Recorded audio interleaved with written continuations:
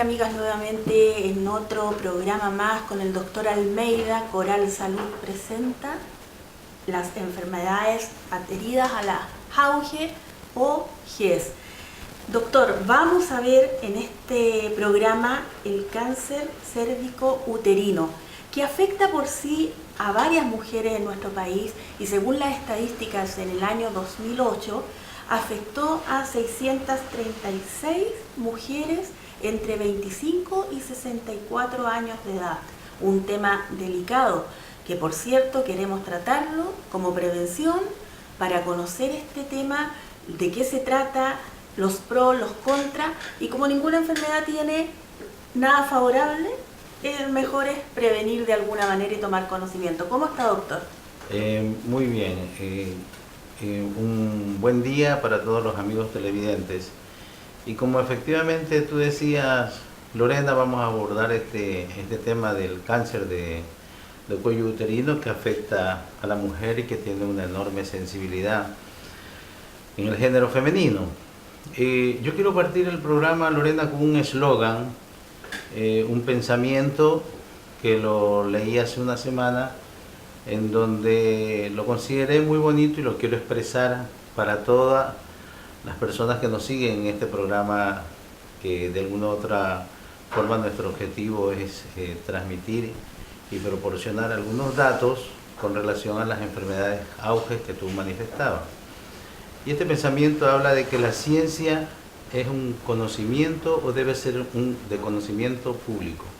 Siempre la ciencia de alguna forma tiene que ser transmitida para conocimiento de todos los demás y sobre todo en este caso de conocimiento público. No es un pensamiento propio, sino todo lo contrario, es mucho mejor cuando uno lo lee, de tal manera que es a manera de que nosotros nos vayamos incentivando en este tema. Para entrar directamente, efectivamente tú te has dado cuenta que las cifras tienen una alta incidencia y una tasa de mortalidad bastante alta, de tal manera que ocupa uno de los primeros lugares de cáncer. Las tasas de mortalidad son bien significativas y esto está de alguna manera limita la potencialidad de vida en la mujer y eso hace que su vivencia potencial en la mujer se vea mermada por esta patología y en ese sentido es el primero de los cánceres en la mujer que va a mermar mucho la vida femenina. En segundo lugar está el cáncer de mama, pero en primer lugar está el cáncer de cuello uterino. Sí, veíamos las estadísticas y en sí, bueno, hablando de temas de cáncer, no es que solamente se incluya el cérvico uterino, derivados de los distintos tipos de cáncer también se trata el tema en sí, pero como dice doctor, es un tema muy delicado que muchas veces nos vemos afectadas o familiares afectados en esto y no es menos. Doctor, vamos, ¿qué es el cáncer cérvico uterino? Bueno, siempre para abordar este tema siempre hay un responsable y la mejor forma de comunicar este hecho es que se hace un tamizaje, que esto es lo que los televidentes y sobre todo la mujer tienen que saber. ¿Qué es el tamizaje? En el fondo el tamizaje es un pesquisaje, también se le llama screening o una forma de hacerse un chequeo médico que está avalado por las estadísticas, es decir, se toma mujeres de 25 a 64 años, en donde las incidencias del cáncer de cuello cérvico-uterino están dentro de estas edades y aumentan potencialmente cuando rebalsan los 35 años. Para adelante, las cifras aumentan, los porcentajes aumentan y hay un alto riesgo de que la persona, en este caso la mujer, pueda padecer de esta patología. Hay un responsable de todo esto que es el virus del papiloma humano, que también la nomenclatura médica lo califica como VPH, que es mucho más fácil, es el virus del papiloma humano. En esta parte viral o este microorganismo, existen 15 fenotipos o 15 genes en donde son potencialmente cancerígenos.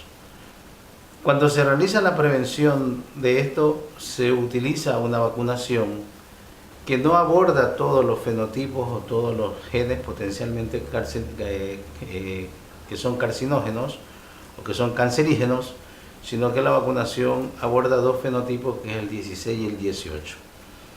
Pero la prevención hay que hacerla.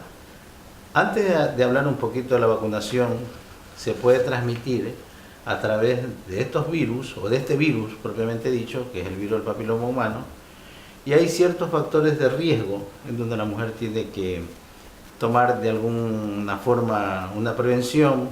Por ejemplo, un factor de riesgo que predispone es la actividad sexual a temprana edad. Eso es un factor de riesgo. Lo otro, tal vez la promiscuidad, o digamos cuando una mujer tiene muchas parejas, la multiparidad también pasa a ser otro factor de riesgo cuando la mujer va más allá de 7 hijos, sobre todo cuando hay una actividad sexual que no es muy responsable o no tiene un cuidado que generalmente lo promociona la Organización Mundial de la Salud, que es la prevención a través del preservativo, que sería una de las formas de tal vez evitar el contagio. Doctor, ¿y el uso a temprana edad de las pastillas anticonceptivas orales? También es otro factor predisponente, que forma parte de los factores que van a poner en riesgo la vida de la mujer. El tabaquismo también está considerado como otro factor de riesgo. Todo esto, en el fondo, la patología se va a centrar o va a ser más específica en el cuello cervical, en donde comienzan a haber verdaderos cambios, en donde las células que son normales en un principio, por todos estos factores que acabamos de mencionar, pueden comenzar de alguna forma a alterarse y comienzan a presentarse verdaderas anormalidades en el tejido celular del cuello uterino. Y desde ahí se puede de alguna manera llegar a provocar esta patología. Pero como dije al inicio del programa, lo más importante es el tamizaje. En eso tenemos que ser reiterativos, porque en estas edades, entre 25 y 64 años, la mujer lo que debería hacer y lo que tendría que hacer es que cada 3 años, periódicamente, el Servicio de Salud Pública, lógicamente, el costo-beneficio o la herramienta que se utiliza acá en el Servicio de Salud es el Papá Nicolau. Ese examen que deberíamos tener la responsabilidad de hacerlo, como dice usted, doctor, cada 2 años mínimo. Cada 3 años. Cada 3. Periódicamente, con síntomas o sin síntomas. Si son asintomáticas, por eso insisto, el tamizaje o el pesquisaje tiene que ser entre los 25 y 64 años. La mujer tiene que tenerlo como un formato de que periódicamente cada 3 años se tendría que hacer este Papá Nicolau, que no es, en este pesquisaje se involucra lo que es el ginecólogo, la matrona, porque es una patología de mujer. A nivel primario, a nivel secundario y terciario, los médicos generales en este caso se hace no una derivación, sino que al ser patología de mujer está más centrado en la parte de especialidad, como la matrona, el ginecólogo, el anatopatólogo o el histopatólogo. Son ellos el equipo multidisciplinario que van a manejar esta patología. Doctor, cuando este resultado de este examen del PAP da positivo o existe alguna sospecha clínica de poder existir un cáncer, ¿cierto? En la misma atención primaria que le están haciendo el examen, ellos mismos son los encargados de derivarlos a un especialista. Claro, por eso esto hay que recalcarlo bien. Como es una patología de mujer, en la patología de mujer generalmente la que está involucrada es la matrona o el matrón, y de ahí el ginecólogo o el patólogo. ¿Cómo se maneja en atención primaria? A través del tamizaje. ¿Qué es lo que la mujer o nuestras televidentes realmente deben de conocer de esta patología? Que abarca una población entre 25 y 64 años y que en base a eso se hace el Papa Nicolau, y si hay una sospecha histopatológica de que se trate de una alteración o una neoplasia en el cuello cervical, se la deriva a la unidad de patología cervical cuando el Papa Nicolau es positivo. Cuando es positivo, hay una unidad de patología cervical que es la que se encarga de hacer ya el estudio y el análisis microscópico a través de biopsia. Se utiliza como herramienta diagnóstica también la colposcopía, pero esto ya es un manejo de especialidad. La colposcopía sirve para que exista una confirmación diagnóstica si se trata de un cáncer de cuello cervical. Etapifican el cáncer porque muchas veces el cáncer puede estar en sus primeros estadios, en la parte inicial. Se usa una nomenclatura que es NIE, que significa neoplasia intraepitelial, que en el fondo lo que nos está diciendo es que va habiendo una alteración en esa zona de las células. Las células dejan de ser normales y comienza a haber una alteración de las células que puede ser un NIE grado 1, grado 2 o grado 3. Mientras más grados tenga, nosotros estamos hablando de un cáncer que va en franco desarrollo y en franco progreso, porque esto quien nos responde es el histólogo o patólogo.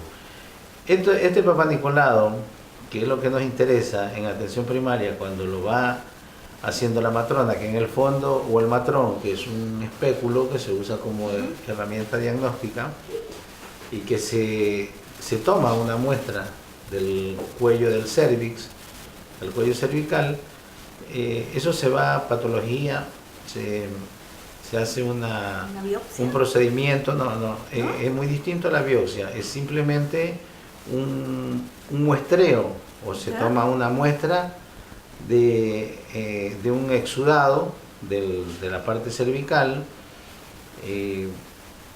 en la parte del endocervix, o sea, por fuera, y al hacerse un raspado se pone en una lámina de acuerdo al procedimiento de laboratorio, y eso es lo que se va a hacer el estudio, el análisis a patología. Y patología o histopatología informa eso y se ve si ha habido una alteración celular o no. Esto se hace en la atención primaria y esto es lo que se hace en las primeras instancias. De ahí, cuando hay una respuesta informativa histopatológica, ahí uno puede ver en qué estadio puede que no haya absolutamente nada y esté todo dentro de lo normal, o haya una nomenclatura que nos esté confirmando de que hay células preinvasoras, o un cáncer preinvasor, o un cáncer in situ, o una alteración neoplásica en sus primeras etapas. Y de acuerdo a esas respuestas es que uno tiene que derivar efectivamente ya a la unidad de patología cervical. Acá hay un manejo de mucho más especialidad, porque van a clasificar en qué etapa está este cáncer, y de ahí hay un equipo multidisciplinario con ginecólogos y ginecólogos que son oncólogos también, y todo este procedimiento de especialidad, de acuerdo al cáncer derivado o la etapa en que se sitúa este cáncer, va a ser el tratamiento. Y los tratamientos son diversos. En realidad va a haber un Depende del grado del cáncer. Depende del grado del cáncer. Se usa mucho la ablación o la conización, que en el fondo acá hay que hacer un estudio muy minucioso para ver qué es lo mejor para la paciente en este caso. Y la parte quirúrgica se reúne muchas veces para ver si se trata de una alteración inicial o en su defecto de algo que va a requerir cirugía in situ, que es la colonización, o la ablación, que no es otra cosa que hacer una decisión quirúrgica y sacar esa parte que aparentemente está lesionada. Claro. Pero esto lleva un manejo más de especialidad. Doctor, volviendo al tema que me queda y no me quiero quedar sin esa pregunta, hablamos de un tema de la vacunación, ¿cierto? Claro. ¿Cuándo se usa la vacunación? Porque es una forma de proteger, de prevenir. Es una... Claro, como todo en la medicina, si al principio hablamos de que existen 15 fenotipos que son potencialmente cancerígenos, la vacunación en realidad abarca 2 fenotipos, que es el 16 y el 18. Esa vacunación está demostrada que es efectiva en cuanto a que hace una prevención, si no total, en un gran porcentaje, y que esta vacunación a través de los estudios se ha demostrado porque no tiene efectos indeseables o efectos adversos o efectos colaterales que puedan poner en riesgo la vida del paciente. Entonces se la utiliza como una forma preventiva para este tipo de virus de papiloma humano y sobre todo para estos 2 fenotipos que te indiqué, que es el 16 y el 18, y que si no abarca la totalidad de los fenotipos, bueno, es mejor utilizarla para que por lo menos esos 2 fenotipos queden cubiertos y se pueda hacer un tipo de prevención. También en la información debida a la vacunación decía ahí que no puede ser más de 3 dosis, doctor. Exactamente. ¿No tendrían resultado más dosis? Claro, ¿No es necesario? No tiene ningún sentido. O sea, en el esquema de vacunación es solamente 3 dosis, porque dar más dosis no tiene un significado clínico, no es una prevención. Mientras más me vacuno, estoy más prevenida, no es así. Y como se hizo la indicación, en realidad no abarca todos los fenotipos, pero abarca estos 2 que son causantes también del cáncer cervical. Tal vez hayan otras herramientas, a mi juicio, ya es una situación muy personal que también vale la pena comentar, que el uso del preservativo en realidad nos pone también en una expectativa mucho mejor o nos acomoda mucho mejor. Esta no es una indicación que sale de mi criterio, ni mucho menos, sino que esto ya está hace muchos años difundido, está distribuida en la comunicación de que el uso del preservativo es la parte más indicativa, porque uno de los factores de riesgo también del cáncer cervicuterino son las enfermedades de transmisión sexual. Cuando hay muchas infecciones recurrentes por promiscuidad o por múltiples parejas, y muchas veces la monogamia tampoco te garantiza muchas veces nada. Infelizmente muchas parejas pueden no cumplir con el tema de estrictamente la monogamia o de la fidelidad y se pone en riesgo la pareja. De tal manera que la OMS ya se pronunció hace muchos años sobre este tema y que eso es algo que deberíamos utilizarlo como herramienta 1, en realidad. Doctor, otra pregunta. En el tema del papiloma humano, cuando hablábamos, ¿ya? Es transmitido a la mujer. ¿La mujer es transmisora también a la vez? Y luego, si esta pareja tiene relaciones con otra mujer puede transmitir este tipo de cáncer? En realidad tiene que ver mucho el sistema inmunológico en cada persona. La mayoría de las veces los varones son portadores sanos.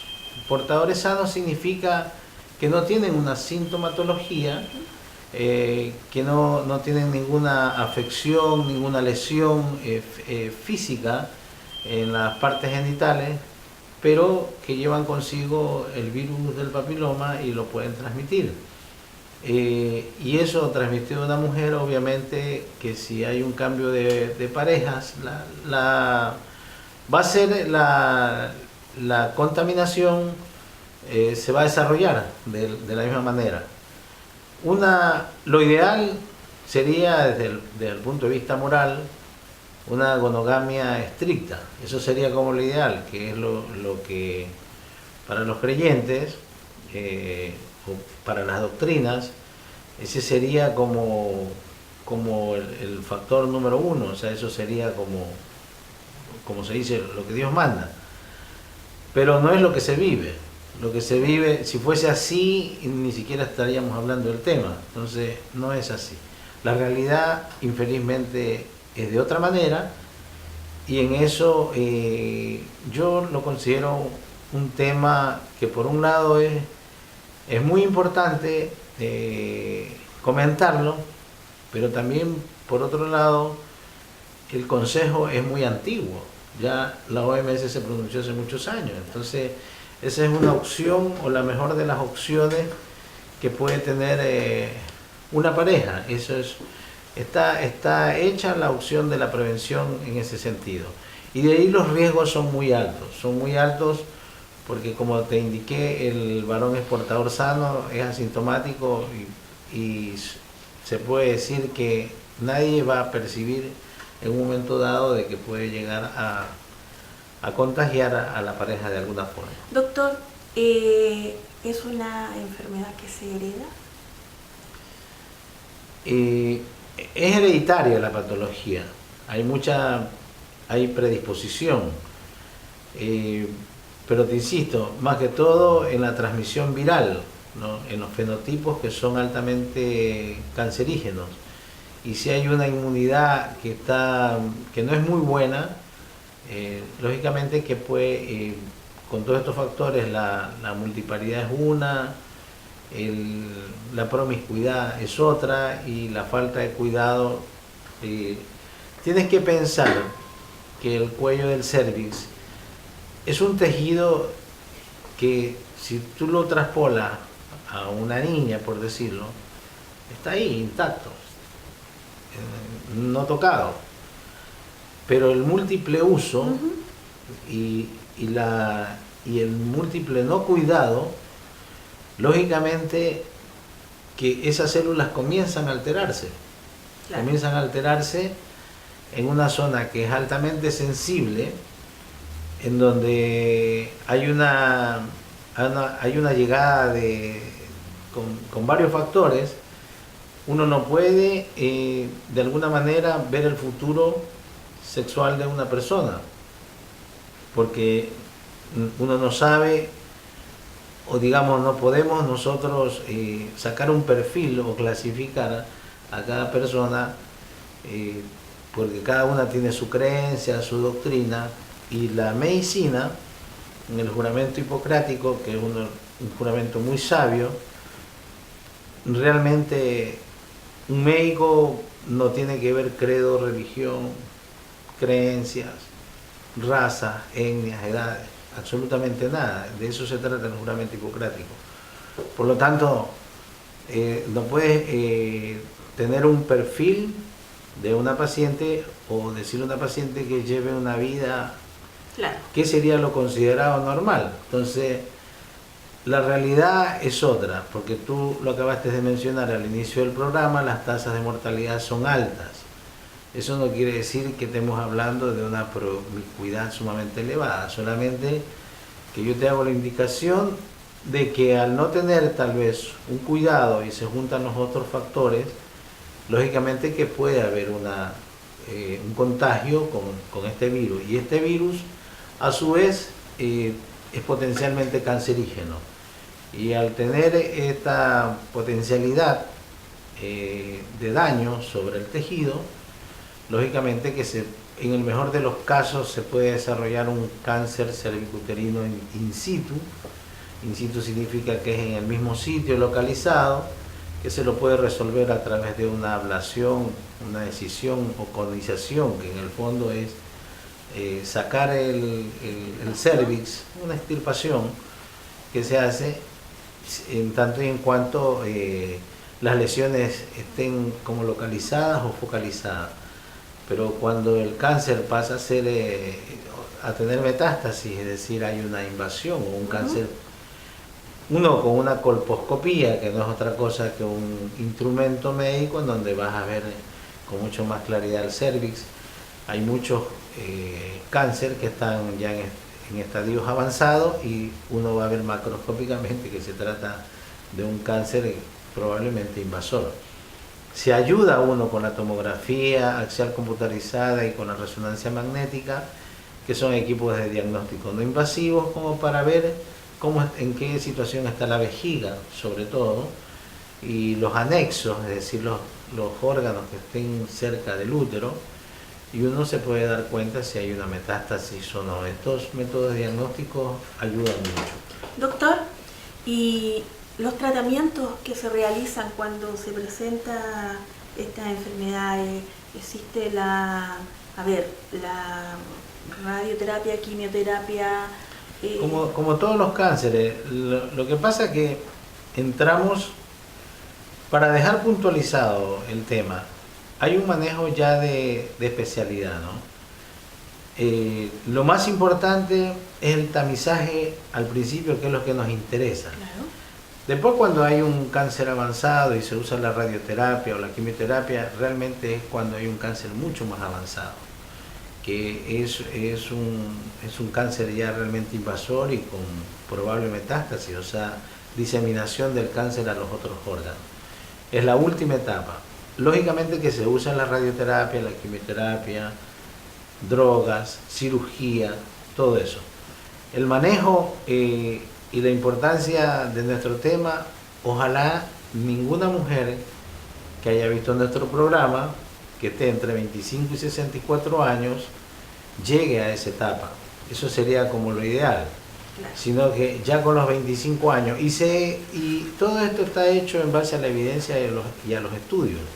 Cuando es menos de 25 años puede pasar también, pero las tasas de mortalidad son muy bajas, los porcentajes son bajísimos. Por eso no se dice a libre albedrío de 25 a 64 porque a alguien se le ocurrió, claro, sino que son edades y parámetros basados en la evidencia y basados en el análisis completo de la patología. Entonces, en estas edades de 25 años, una mujer es joven, tiene que realmente comenzar a prevenir. A prevenir. Bueno, y gracias a que nosotros, el Ministerio de Salud, el país, ustedes, los doctores, hay un sistema de prevención en nuestro país. Hay muchos países que no cuentan con el sistema de prevención. Acá sí. Exacto. O sea, bueno, felizmente Chile, algunos países sudamericanos, lo que más se hace en Chile es lo que hicimos el indicativo, ¿no? Que es el Papa Nicolau, que es lo que está más al alcance de la mano. El servicio de salud tiene matrón o matrona capacitada para esta situación, que en esas edades se tiene que hacer el pesquisaje cada 3 años, y cuando hay sospechas, lógicamente que la van a citar ya a los 6 meses. Y también hay un manejo con la mujer embarazada. También la mujer embarazada tampoco está exenta de esta situación, pero los manejos ya son de más especialidad. Doctor, bueno, hablamos del cáncer cervicuterino. En otro programa vamos a ver otros tipos de cáncer, ¿ya? Correcto. Que el tema es muy amplio, sí, muy amplio, así que quisimos dar unas gotitas ahí de ayuda, de prevención, de toma de conciencia, más que todo, y a tener una vida más saludable, más controlada en muchos aspectos. Y doctor, le dejo la pantalla para despedirnos la próxima Bueno, semana. eso, la importancia de nuestro programa es justamente eso, ¿no? Estar alerta desde el principio, saber qué es lo que se tiene que hacer desde el principio y saber que las herramientas para detectar el cáncer cervicuterino está a la mano, y que todos los televidentes y sobre todo las mujeres sepan de que se tienen que hacer ese control en esas edades, entre 25 y 64 años, y que eso va a estar al alcance de la mano para tener un manejo inmediato, no tardío.